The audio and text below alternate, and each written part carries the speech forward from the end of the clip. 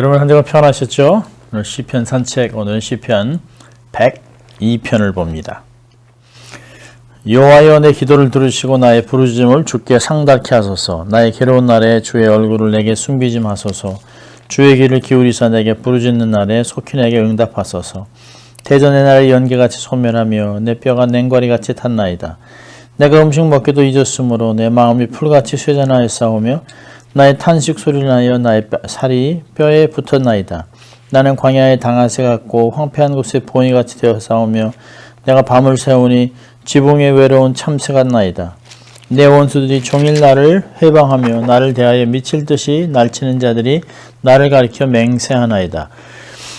나는 죄를 양식같이 먹으며 나의 마시면 눈물을 섞어 싸우니 이는 주의 분과 노를 인함이라. 주께서 나를 드셨다가 던지셨나이다. 내 날이 기울어지는 그림자 같고 내가 풀의 새자남 같으니이다. 여호와여, 주는 영원히 계시고 주의 기념 명칭은 대대에 이르리이다. 주께서 일어나사 시온을 긍휼히 여기시리니 지금은 그를 긍휼히 여기실 때라. 정한 기한이 오미니이다. 주의 종들이 시온의 돌들을 즐거워하며 그 티끌도 연율이 여기니이다. 이에 열방이 여호와 이름을 경외하며 세계 열왕이 주의 영광을 경외하리니 대저 여호와께서 시온을 건설하시고 그 영광 중에 나타나셨습니다. 여호와께서 빈공한 자의 기도를 돌아보시며 저의 기도를 멸시치 아니하셨도다. 이 일이 장래 세대를 위하여 기록되리니 창조함을 받은 백성이 여호와를 찬송하리로다.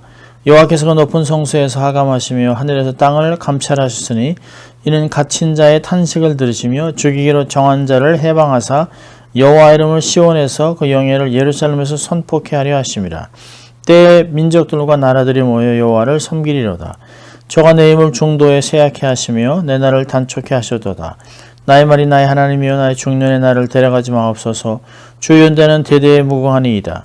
주께서 옛적에 땅의 기초를 두셨으며 하늘도 주의 손으로 지으신 바이니이다.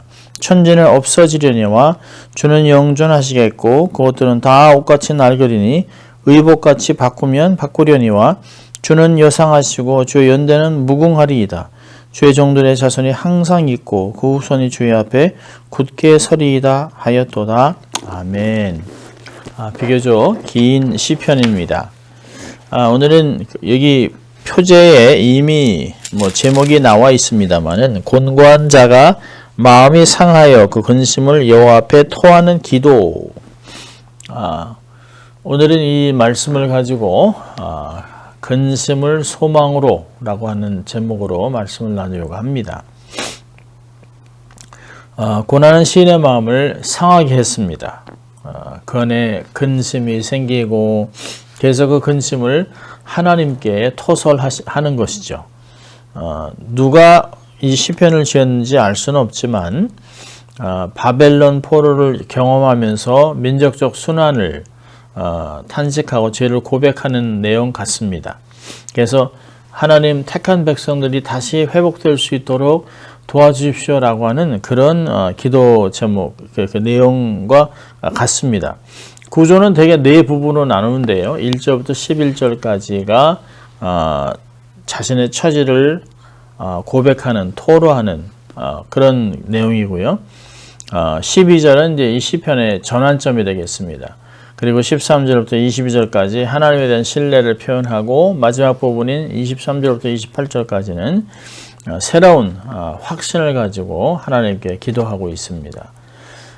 본 시편은 유대인들이 괴로움을 토설하면서 부르는 아주 슬픈 멜로디의 노래로 유명합니다.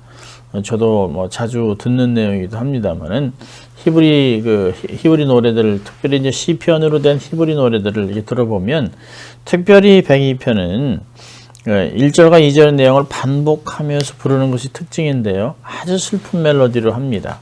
특별히 유대인들은 불임의 여인들이 이 시편을 묵상하고 기도하면서 부르면 효험이 있다라고 믿기도 합니다. 자, 오늘 보면 1절부터 11절까지 보면 곤고한 자의 기도입니다. 개인적으로 당하는 고통의 처지를 하나님께 그 고백하는 내용들을 보면 얼마나 어려운 상황이었는가를 좀 우리가 살펴볼 수 있습니다. 비록 불평으로 시작한 기도지만 그래도 중요한 것은 고난 속에서라도 사람들에게 불평하고 원망하고 좌절하는 것이 아니라 하나님께 나가서 기도하고 있다. 하나님께 나가서 자기의 처지와 형편을 토설하고 쏟아내고 있다는 건 굉장히 중요한 것입니다.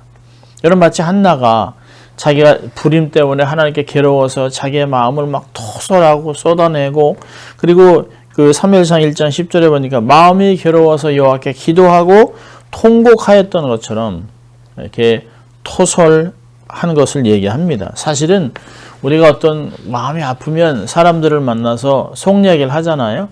그러면서 위로도 받지만 사실은 그게 문제가 해결되지 않습니다. 잘못하면 자기의 내면의 고통을 나눴다가 나중에 자기한테 백파이어로 돌아올 수도 있어요. 그 내용 때문에 뒤통수를 맞을 수도 있습니다. 우리가 우리의 마음에 있는 많은 것들을 토설할 수 있는 대상은 오직 하나님밖에 없습니다. 하나님은 절대 소문내지 않고 모든 내용을 다 품고 들어줄 수 있는 분입니다.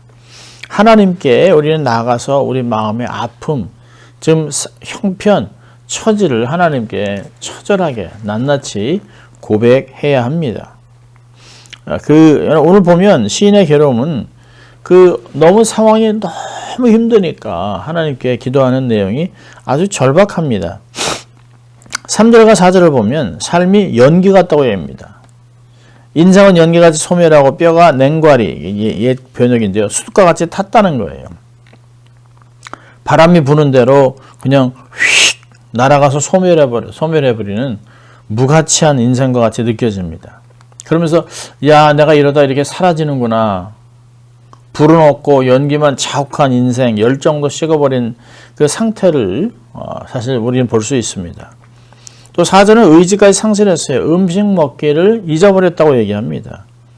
슬픔과 고난이 너무 심해서 너무 압도적이라서 버텨낼 의지를 상실했습니다. 태양의 열기 앞에 시들은 마르는 풀처럼 됐습니다. 바짝 타버린 인생, 생기, 활력을 다 잃어버렸습니다. 사실은 입맛을 잃어버린 것이에요. 먹기를 거부하는 것이에요. 뭘 줘도 먹을 의지가 없어요. 상황이 얼마나 힘들면 사실은 음식을 거부하고 잊어버리겠습니까? 5절은 보면 이제 육신의 고통이 있어요. 병들어 몸이 아픈 상태를 얘기합니다. 그러니까 나의 살이 뼈에 붙었나이다. 탄식하는 것 때문에 라고 하면서 너무 탄식하고 고통스럽다 보니까 사실 의지도 잃어버려서 울다 살이 뼈에 붙은 것 같이 수척해졌습니다. 그냥 뼈만 앙상하게 남은 그런 모습을 우리가 상상해 볼 수 있습니다. 6절과 7절은 아주 고독한, 육신적으로도 그렇지만 정서적으로도 아주 고독한 내용을 얘기합니다. 그러니까 외롭게 고립됐다는 내용을 얘기하면서 광야의 올빼미, 황폐한 곳의 부엉이, 지붕에 외로운 참새 그런 것으로 자기를 이야기합니다. 그러니까 광야나 황폐한 곳은 사실 고독한 상태에 격리됐다라고 하는 것들을 얘기하고 지붕 위에 있는 아주 작은 새는 격리되어 있지만 언제 매한테 부엉이한테 잡혀 죽을 줄 모르니까 늘 경계해야 되는 끊임없이 먹잇감이 되지 않기 위해서 경계해야 되는 그런 처지를 보여줍니다. 여러분 밤에 평안히 잠든다고 하는 것 얼마나 축복인지 아십니까? 잠잔다는 것 큰 축복입니다. 나이가 들면서 불면증도 있고 또 근심하고 걱정하면 잠이 안 와요. 근데 시편 127편에서는 2절에 얘기합니다. 그러므로 여호와께서 그의 사랑하는 자에게 잠을 주시는도다. 모든 걱정을 하나님께 맡기고 하나님이 평안하게 잠을 자게 하는 것 얼마나 큰 축복인지 모릅니다. 여러분 파수꾼이 아무리 많아도 여러분 100명이 모여도 외양간을 지킬 수가 없어요. 10명이 한 명의 도둑을 견디지 못합니다. 고독함을 얘기합니다. 8절과 9절은 원수들의 조롱이 너무 세요. 원수들은 그냥 놔두지 않습니다. 계속 조롱하고 비방하고 욕하고 힘들게 하고 그러니까 시인이 자기의 슬픔의 수치를 상징하는 것이 죄인데요. 이것을 음식같이 먹는다는 거예요.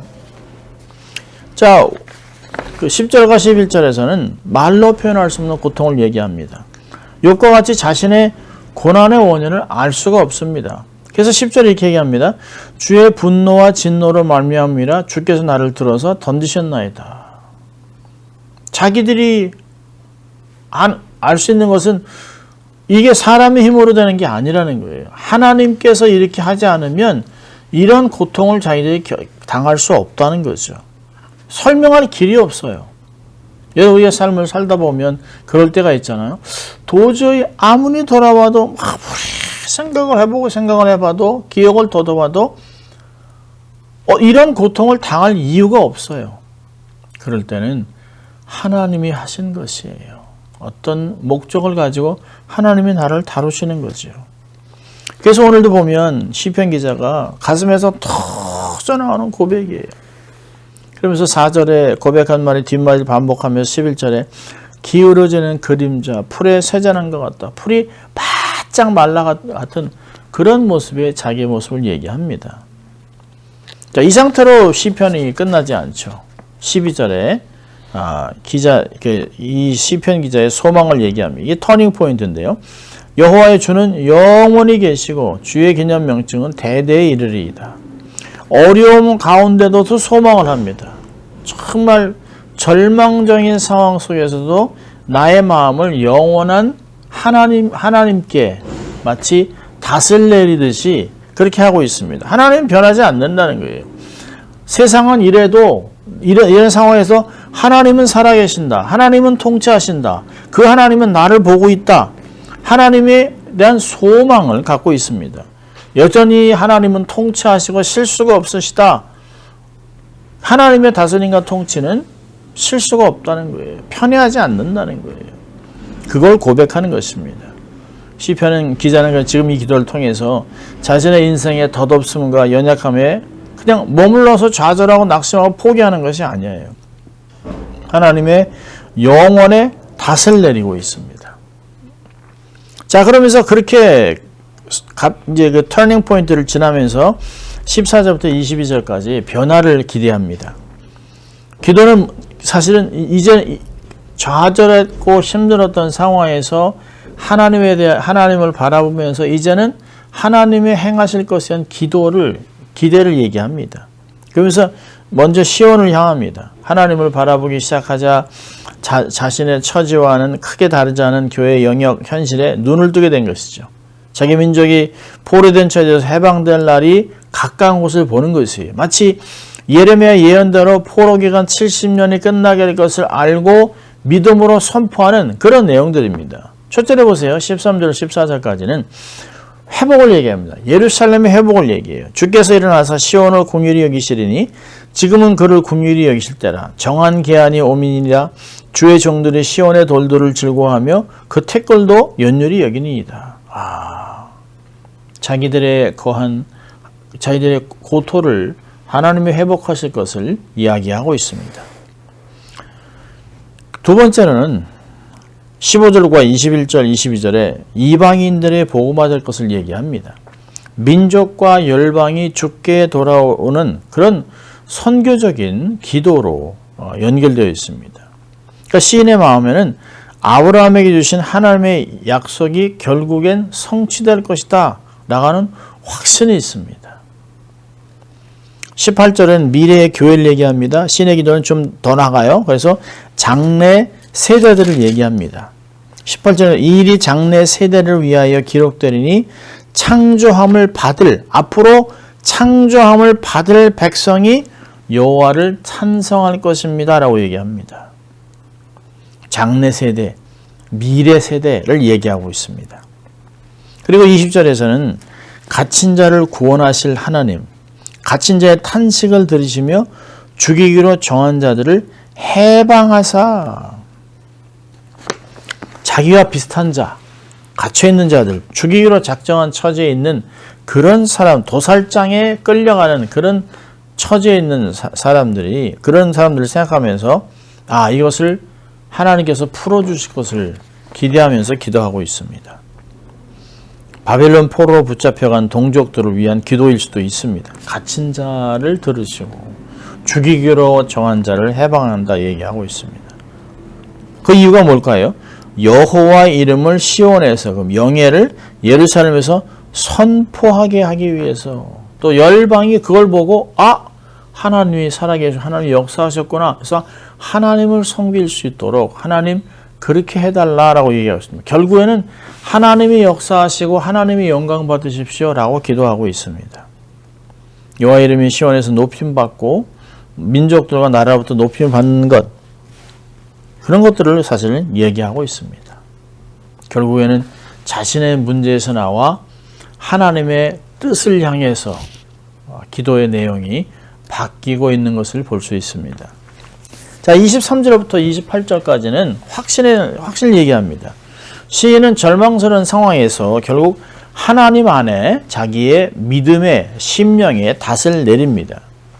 우리의 삶은 하나님 손에 달려있고 우리가 겪는 고난도 하나님이 계획하신 것의 일부라는 것을 인정하면서, 그러면서도 하나님 자기의 삶을 거두지 말아달라고 기도하고 있습니다. 내 중년의 나를 데려가지 마소서, 그렇게 기도하고 있습니다. 여러분, 여기서 참 사실 중요한 내용은 하나님께서 이 시인의 기도를 들으셨느냐가 아닙니다. 들었던 하나님께서 이미 다 들으셨습니다만 시인의 기도한 대로 다 응답돼서 환경이 바뀌었느냐, 그것이 중요하지 않아요. 우리가 시편을 지금까지 쭉 100편을 봐오면서 환경이 바뀌는 것, 물론 환경이 바뀌는 건 너무 좋은 것이죠.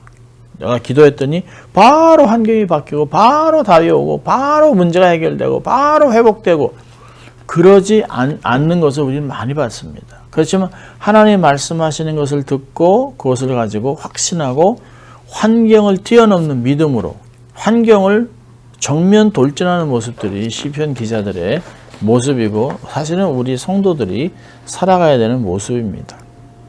여러분, 시편 그럽니다. 자기를 사실 중년에 데려간다 하실지라도 주의 연대는 무궁하다는 거예요. 이 말에 사실은 방점이 있습니다. 시인은 영원하신 여호와 하나님께서 태초부터 하늘과 땅의 기초를 놓으셨고 창조 질서가 낮은 옷처럼 사라질지라도 영원할 거라고 얘기하고 있습니다. 마지막 28절은 놀랍습니다. 주의 종들의 자손은 항상 안전히 거주하고 그의 후손은 주 앞에 굳게 서리이다. 시인은 자기 생명을 중년에 데려가신다 할지라도, 자기가 지금 죽는다 할지라도, 자기가 기도한 것을 하나도 보지 못할지라도, 자기 눈으로 경험하지 못할지라도 자손들은 영원하신 하나님 앞에서 안전하게 거주하고 미래 세대들이 하나님의 주님 앞에 굳게 세워질 것을 믿고 있는 것이에요. 미래에 대한 확신이 있습니다. 하나님께서 우리의 자손들을 온전히 세우셔서 하나님의 뜻을 이룰 것을 믿고 하나님의 영광을 얻으실 것을 확신하고 있는 것입니다. 내용이 굉장히 많습니다. 한 두 파트로 나눌까 했는데 그냥 한 파트로 그냥 전체 내용을 보는 것이 유익할 것 같아서 이렇게 전체를 다뤘습니다. 자, 우리 오늘 이 시편을 가지고 적용을 한다면, 첫째로 의미 없는 고난은 없다는 것이에요. 그냥 왜 갑자기 아무 땐 그냥 밤중에 홍두깨 같이 전혀 생각지도 못했는데 우리가 모를 뿐이죠. 하나님은 다 계획해 놓으셨습니다. 고난을 통해 하나님이 우리들 향해 부르시는 것이에요.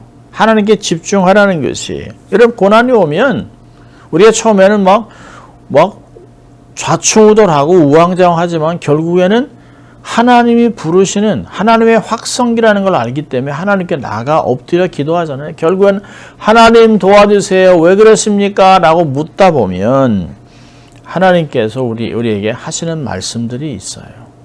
여러분, 고난은 여러 가지 역할을 합니다. 하나님께 가까이 가게 하고, 이 고난 때문에 우리의 내면에 숨어있는 교만, 잘못된 계획, 죄들을 들춰내게 합니다. 이것 때문에 하나님이 나를 다루시는구나. 이 고난을 통해서 우리의 삶에 정결해지고 또 고난을 통해서 하나님의 마음을 새롭게 깨닫는 것들이 있어요. 여러분, 고난은 반드시 정한 때가 있습니다. 끝이 있어요. 한없이 그냥 암흑으로 들어간 동굴이 아닙니다. 잘 지나가는 터널 같은 것이에요. 그래서 고난은 영적 성숙에 아주 유익합니다. 물론 고난이 없이 잘 성장하면 얼마나 좋겠습니까? 그런데 신앙은 그렇지 않아요. 어린아이들도 자랄 때 성장통이라는 것을 겪지 않습니까? 성숙해가면서 자라면서 삶의 어려움들을 겪게 됩니다. 우리도 성장하기 위해서, 성숙해지기 위해서 이 고난의 단계를 단계별로 이렇게 지나가는 것이, 그러면서 고난당하지 않았다면 이해할 수 없었던 많은 것들이 있었다라고 시편은 이야기합니다. 자, 그렇다면 고난 중에서는 믿음을 지켜야 합니다.